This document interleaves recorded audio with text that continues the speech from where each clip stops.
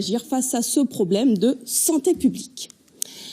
Comment utiliser le numérique pour dynamiser un territoire rural? C'est le pari que s'est lancé la commune de Lourmarin dans le Vaucluse. Ce village de 1000 habitants a transformé son ancienne coopérative agricole en un espace collaboratif à la pointe de la technologie. C'est notre dossier. Olivier Gerby, Alban Poitvin.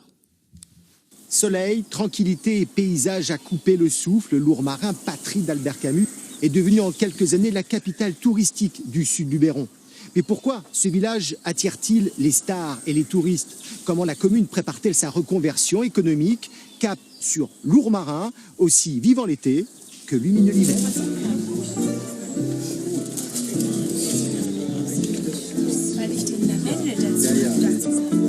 Bonjour Pauline. Bonjour. Alors on a du mal à l'imaginer, mais auparavant, ici c'était une coopérative agricole. Tout à fait. Aujourd'hui, qu'est-ce que c'est devenu? Aujourd'hui, c'est devenu un tiers-lieu en fait. Donc un tiers-lieu en fait, c'est un mélange de travail et de maison. Donc ici, quotidiennement, des gens viennent pour travailler, que ce soit sous la forme d'événements, dans le cadre du coworking ou tout simplement à l'espace multimédia. Donc je vais vous faire découvrir tout ça. Alors justement, on parlait aussi de Fab Lab. Qu'est-ce qu'un Fab Lab? Alors un Fab Lab, c'est un laboratoire de fabrication numérique. On met à disposition en fait des machines-outils pilotées par ordinateur pour pouvoir réaliser toutes sortes de projets. Donc ce sont soit des entreprises ou des particuliers qui viennent utiliser cet espace. Et nous, on fournit les machines et l'accompagnement qui va avec. On va voir ce que c'est.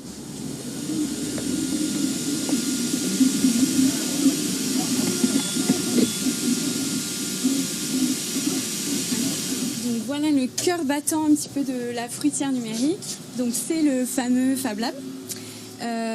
Plusieurs ateliers ici. Hein. C'est ça, donc on a deux espaces. Celui-ci est plutôt dédié à tout ce qui est imprimante 3D. Donc ici alors, par exemple, voilà, on est en train de la faire tourner. Qui vous demande effectivement de vous servir de cette imprimante 3D? Comme je vous disais tout à l'heure, en fait c'est vraiment un peu tout le monde. C'est-à-dire beaucoup ici, on travaille beaucoup avec des entreprises. Donc ça peut être ça va être surtout des TPE, PME.